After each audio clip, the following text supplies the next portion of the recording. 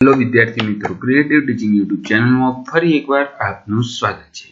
આજે આપણે ગુજરાતનો સાંસ્કૃતિક વારસો અને સાહિત્યના ઇમ્પોર્ટન્ટ પ્રશ્નોની વાત કરવાના છીએ। આ અગાઉ પણ મેં આ લેક્ચરમાં પ્રશ્નો ચલાવેલા છે। જો તમે એ ન જોયા હોય તો જઈને જોઈ લેજો, કારણ કે અગાઉની પરીક્ષામાં વારંવાર પૂછાયેલા અને આવનારી પરીક્ષામાં પૂછાના હોય તેવા પ્રશ્નો ચલાવું છું ને ગુજરાતનો સાંસ્કૃતિક વારસો અને સાહિત્ય સિવાય બીજા વિષયોમાં પણ આવા જ લેક્ચર લીધેલા છે। જો તમે ન જોયા હોય તો જઈને જોઈ લેજો। તો ચાલો આજનો લેક્ચર ચાલુ કરીએ। એ પહેલા જો તમે મારી ચેનલ પર નવા હોય તો ચેનલને સબસ્ક્રાઇબ કરી બેલ આઇકન ક્લિક કરી દેજો અને વિડિયોને લાઈક કરી દેજો અને વધુને વધુ તમારા મિત્રો સાથે શેર કરી દેજો। તો ચાલો આજનો લેક્ચર ચાલુ કરીએ। તો જોઈએ તો પ્રેમાનંદ તેમના આખ્યાનોના દમયંતીમાં સૌંદર્ય લાલસા ધરાવતા કોને અતિ પારમ પશુવત વ્યવહાર કરતા દર્શાવ્યા છે? તો પ્રેમાનંદે તેમના આખ્યાનોમાં દમયંતીના સૌંદર્યની લાલસા ધરાવતા દેવોને અતિ પામર પશુવત વ્યવહાર કરતા દર્શાવ્યા છે। તો મીઠાના કરવેરાના કાયદા સામે ગાંધીજીએ શરૂ કરેલ દાંડી કૂચ કયા દિવસે દાંડી પહોંચી હતી? તો મીઠાના કરવેરાના કાયદા સામે ગાંધીજીએ શરૂ કરેલ દાંડી કૂચ 5 એપ્રિલ 1930 ના દિવસે દાંડી પહોંચી હતી। પૌરાણિક શિવ મંદિર માટે જાણીતું કાયાવરોહણ કયા જિલ્લામાં આવેલું છે?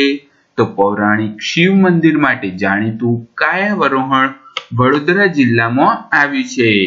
તો નવલકથાકાર દિલીપ રાણાપુરાનો જન્મ ક્યાં થયો છે? તો નવલકથાકાર દિલીપ રાણાપુરાનો જન્મ ધંધુકા થયો છે। તો નખત્રાણા તાલુકો ગુજરાતના કયા જિલ્લામાં આવે છે? તો નખત્રાણા તાલુકો ગુજરાતના કચ્છ જિલ્લામાં આવ્યો છે। તો ગાંધીજીએ ખોરાક અંગેના તેમના પ્રયોગો અને તેમના વિશેના વિચારો અંગે દક્ષિણ આફ્રિકામાં કયું પુસ્તક પ્રકાશિત કરેલું? તો ગાંધીજીએ ખોરાક અંગેના તેમના પ્રયોગો અને તેમના વિશેના વિચારો અંગે દક્ષિણ આફ્રિકામાં આરોગ્ય વિશે સામાન્ય જ્ઞાન નામનું પુસ્તક પ્રકાશિત કરેલું। તો અમદાવાદમાં રાયખડ વિસ્તારમાં ઈસવીસન 1874માં મહાલક્ષ્મી ફિમેલ ટ્રેનિંગ કોલેજ કોની યાદમાં સ્થપાઈ હતી? તો અમદાવાદના રાયખડ વિસ્તારમાં ઈસવીસન 1874માં Mahalakshmi female training college Bechardas લશ્કરીની દીકરી મહાલક્ષ્મીની યાદમાં સ્થપાઈ હતી। તો પિલાજીરાવ ગાયકવાડ નિર્મિત કિલ્લો સોનગઢ કયા જિલ્લામાં આવે છે? તો પિલાજીરાવ ગાયકવાડ નિર્મિત કિલ્લો સોનગઢ એ તાપી જિલ્લામાં આવે છે। તો કવિ ઇન્દુલાલ ગાંધીનું જન્મ સ્થળ કયું છે? તો કવિ ઇન્દુલાલ ગાંધીનું જન્મ સ્થળ મોરબી છે। તો ડેસલ તાલુકો ગુજરાતના કયા જિલ્લામાં આવે છે? તો ડેસર તાલુકો ગુજરાતના વડોદરા જિલ્લામાં આવે છે। તો કયા ગુજરાતી સાહિત્યકાર બનારસ હિન્દુ યુનિવર્સિટીના ઉપકુલપતિ હતા તેમજ તેમણે ડોક્ટર ઓફ લિટરેચરની પદવી એનાયત થઈ હતી? તો આનંદ શંકર ધ્રુવ ગુજરાત સાહિત્ય બનારસ હિન્દુ યુનિવર્સિટીના કુલપતિ હતા અને તેમણે ડોક્ટર ઓફ લિટરેચરની પદવી એનાયત થઈ હતી। તો ગુજરાતનું કયું નગર સાક્ષર નગર કહેવાય છે?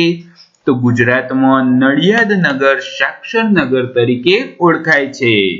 તો જૈન પંચતીર્થોનું એક સુથારી કયા જિલ્લામાં આવ્યું છે? તો જૈન પંચતીર્થોનું એક સુથારી એ કચ્છ જિલ્લામાં આવ્યું છે। તો કાચબાના ઉછેર માટેનું કેન્દ્ર હાથબ કયા જિલ્લામાં આવ્યું છે? તો કાચબાના ઉછેર માટેનું કેન્દ્ર હાથબ ભાવનગર જિલ્લામાં આવ્યું છે। તો રસિયો રંગીલો ફકડ કવિ છે? તો રસિયો રંગીલો ફકડ કવિ એ દયારામ છે।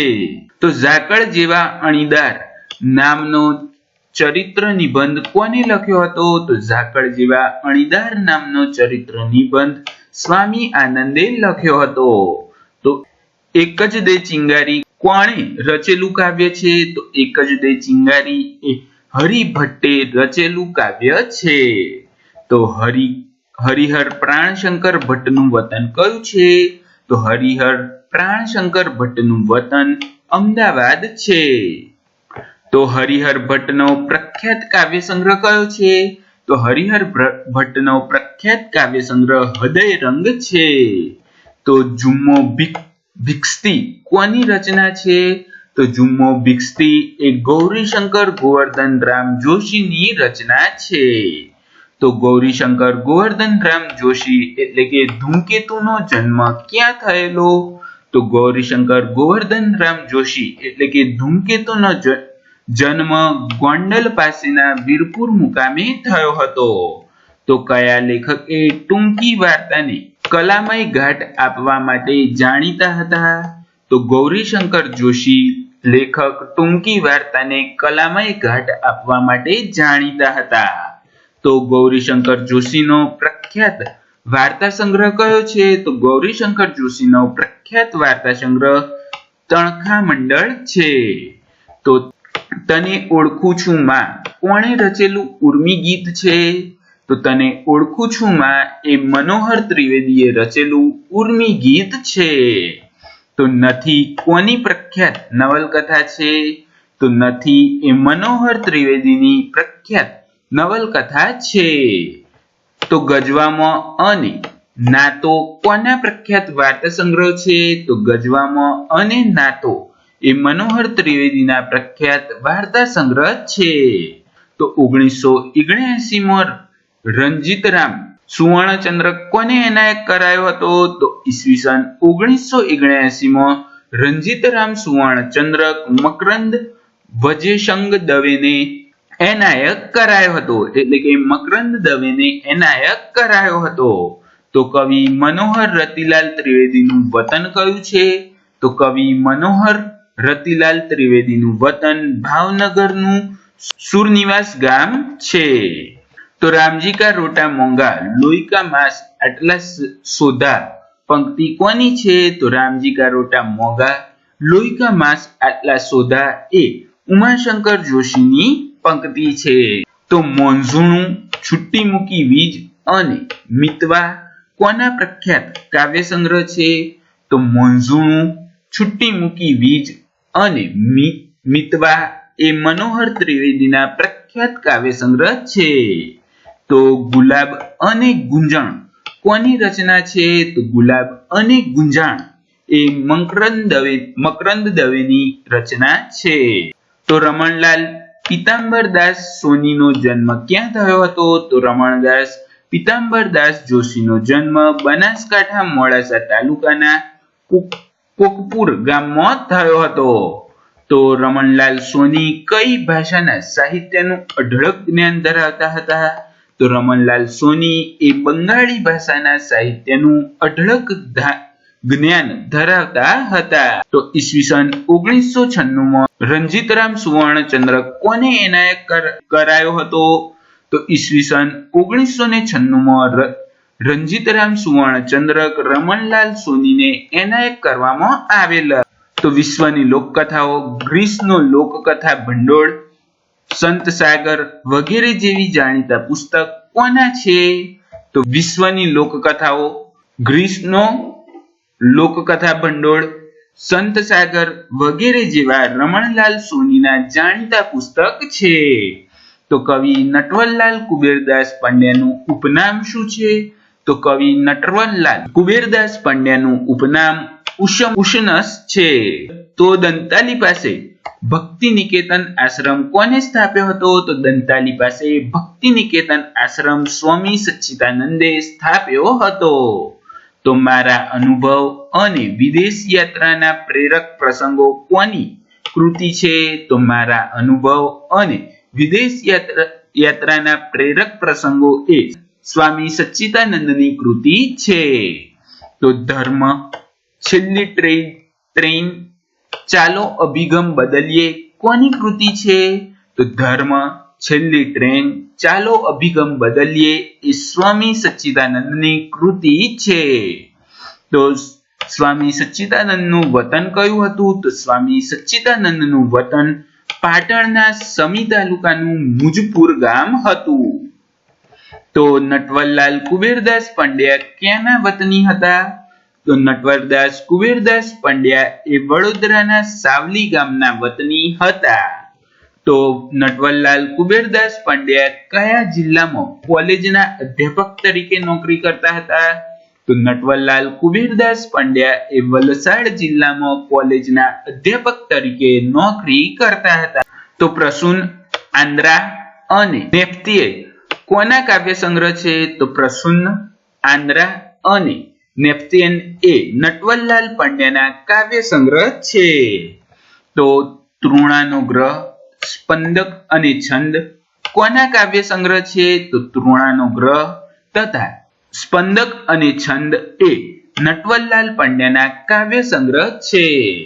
તો ચિંતા પ્રધાન, નક્કર ઉર્મી કાવ્યો શું કહેવામાં આવે છે? તો ચિંતા પ્રધાન કે નક્કર ઉર્મી કાવ્યોને સોનેટ કહેવામાં આવે છે. તો ગુજરાતી ભાષાના પ્રથમ સોનેટ કોણે અને ક્યારે રચેલું? તો ગુજરાતી ભાષામાં પ્રથમ સોનેટ એ ઈસવીસન 1888 માં બળવંતરાય ઠાકરેએ રચેલું. તો ગુજરાતી ભાષાનું પ્રથમ સોનેટ કયું હતું? તો ગુજરાતી ભાષાનું પ્રથમ સોનેટ ભણકાર હતું. તો સોનેટ કેટલી પંક્તિઓની રચના છે? તો સોનેટ 14 પંક્તિઓની રચના છે. તો મોગરો અને વધામણી કોણે રચેલા સોનેટ છે? તો મોગરો અને વધામણી એ બળવંતરાય ઠાકરે રચેલા સોનેટ છે. તો નવા વર્ષના સંકલ્પો કોણે રચેલું કાવ્ય છે? તો નવા વર્ષના સંકલ્પો એ બકુલ ત્રિપાઠીએ રચેલું કાવ્ય છે. તો શરૂઆત કરીએ કોણે રચેલું કાવ્ય છે? તો શરૂઆત કરીએ એ હર્ષ બ્રહ્મભટ્ટે રચેલું કાવ્ય છે. તો મૌનની મહેફિલ અને જીવનો રિયાઝ કોનો કાવ્ય સંગ્રહ છે? તો મૌનની મહેફિલ અને જીવનો રિયાઝ એ હર્ષ બ્રહ્મભટ્ટનો કાવ્ય સંગ્રહ છે. તો કયા કવિ ગુજરાત સરકારના અધિક સચિવ તરીકે ફરજ બજાવતા હતા? તો હર્ષ બ્રહ્મભટ્ટ કવિ એ ગુજરાત સરકારના અધિક સચિવ તરીકે ફરજ બજાવતા હતા. તો ગઝલ વાસ્તવમાં કઈ ભાષાનો કાવ્ય પ્રકાર છે? તો ગઝલ વાસ્તવમાં ફારસી ભાષાનો કાવ્ય પ્રકાર છે. તો ગઝલ કયા છંદમાં લખાય છે? તો ગઝલ માત્રામેળ છંદમાં લખાય છે. તો ગઝલના અનુપ્રાસ બેસાડવાને શું કહેવાય છે? તો ગઝલના અનુપ્રાસ બેસાડવાને રફીદ અને કાફિયા કહેવાય છે. તો યશવંત સવાઈલાલ પંડ્યાનું પ્રખ્યાત નાટક કયું છે? તો યશવંત સવાઈલાલ પંડ્યાનું પ્રખ્યાત નાટક પડદા પાછળ છે. તો બાળ નાટકો કોનો નાટ્ય સંગ્રહ છે? તો બાળ નાટકો એ યશવંત સવાઈલાલ પંડ્યાનો નાટ્ય સંગ્રહ છે. તો ગુજરાતી ભાષામાં એકાંકિક નાટકની શરૂઆત કોણે કરેલી? તો ગુજરાતી ભાષામાં એકાંકિક નાટકની શરૂઆત બટુકભાઈ ઉમરવાડિયાએ કરી હતી. તો સારનો શોધનારો કોનું એકાંકિક નાટક છે? તો સારનો શોધનારો એ યશવંત સવાઈલાલ પંડ્યાનું એકાંકી નાટક છે. તો રાગજી દાનાભાઈ માંગડનો જન્મ ક્યાં થયેલો? તો રાગજી દાનાભાઈ માંગડનો જન્મ અમરેલીના દેડિયા ગામમાં થયો હતો. તો જળતીર્થ અને લોકવાણી કોના પ્રખ્યાત પુસ્તકો છે? તો જળતીર્થ અને લોકવાણી એ રાગજી માંગડ ના પ્રખ્યાત પુસ્તકો છે. મારી શિક્ષા ગાયા અને વર્ગ એ જ સ્વર્ગ કોના શિક્ષક વિષય પુસ્તક છે? તો મારી શિક્ષા ગાયા અને વર્ગ એ જ સ્વર્ગ એ રાગજી માંગડની વિષય પુસ્તકો છે. અખંડ ભારતના શિલ્પી નામથી સરદાર પટેલનો ચારિત્ર લેખ કોણે લખેલો? તો અખંડ ભારતના શિલ્પી નામથી સરદાર પટેલનો ચારિત્ર લેખ રાગજી માંગડે લખેલો. તો સુદામો દીધા કૃષ્ણદેવ રે કોની પ્રખ્યાત રચના છે? તો સુદામો દીધા કૃષ્ણદેવ રે એ મહાકવિ પ્રેમાનંદની પ્રખ્યાત રચના છે. તો 17મી સદીમાં કવિ શિરોમણી તરીકે જાણીતા સાહિત્યકાર કોણ હતા? તો 17મી સદીમાં કવિ શિરોમણી તરીકે જાણીતા સાહિત્યકાર પ્રેમાનંદ હતા.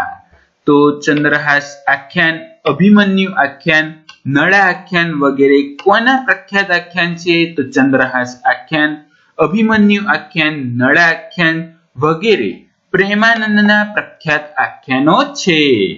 તો રાવણ યજ્ઞ, મસ્તક, સુદામા ચારિત્ર, ઓખાહરણ, કુંવરબાઈનું મામેરું વગેરે પ્રખ્યાત આખ્યાનો કોના છે? તો રાવણ યજ્ઞ, 10 મસ્તક, સુદામા ચારિત્ર, ઓખાહરણ, કુંવરબાઈનું મામેરું જેવા પ્રખ્યાત આખ્યાનો પ્રેમાનંદના છે. ભગવાન 10 મસ્તકમાં આવતી કથામાં ફેરફાર ઉમેરણ કરીને પ્રેમાનંદે રચેલું આખ્યાન કયું છે? તો ભગવાન 10 મસ્તકમાં આવતી કથામાં ફેરફાર ઉમેરણા કરીને પ્રેમાનંદે રચેલું આખ્યાન સુદામા ચારિત્ર છે. તો પ્રેમના આંસુ અને કાગળની હોડી એ કોના પ્રખ્યાત કાવ્ય સંગ્રહ છે? તો પ્રેમના આંસુ અને કાગળની હોડી એ કુંદિકા કાપડિયાના પ્રખ્યાત વાર્તા સંગ્રહ છે. શેઠ પગલા આકાશમાં કોની પ્રસિદ્ધ નવલકથા છે? તો શેઠ પગલા આકાશમાં એક કુંદિકા કાપડિયાની સુપ્રસિદ્ધ નવલકથા છે. પરમ સમીપે કોને રચેલો પ્રાર્થના સંગ્રહ છે? તો પરમ સમીપે એક કુંદિકા કાપડિયાએ રચેલો પ્રાર્થના સંગ્રહ છે. તો કુંદનિકા કાપડિયાનો જન્મ ક્યાં થયો હતો? તો કુંદનિકા કાપડિયાનો જન્મ લીંબડીમાં થયો હતો. તો દ્વાર અને દિવાલ કોની કૃતિ છે? તો દ્વાર અને દિવાલ કુંદનિકા કાપડિયાની કૃતિ છે. તો પૂર્વી અને ભીનાશ કોના કાવ્ય સંગ્રહ છે? તો પૂર્વી અને ભીનાશ એ ગીતાબેન પરીખના કાવ્ય સંગ્રહ છે. રસ નામનું એક પંક્તિનું મુક્ત કોને રચેલું? તો રસ નામનું એક પંક્તિનું મુક્ત ગીતાબેન પરીખે રચેલું.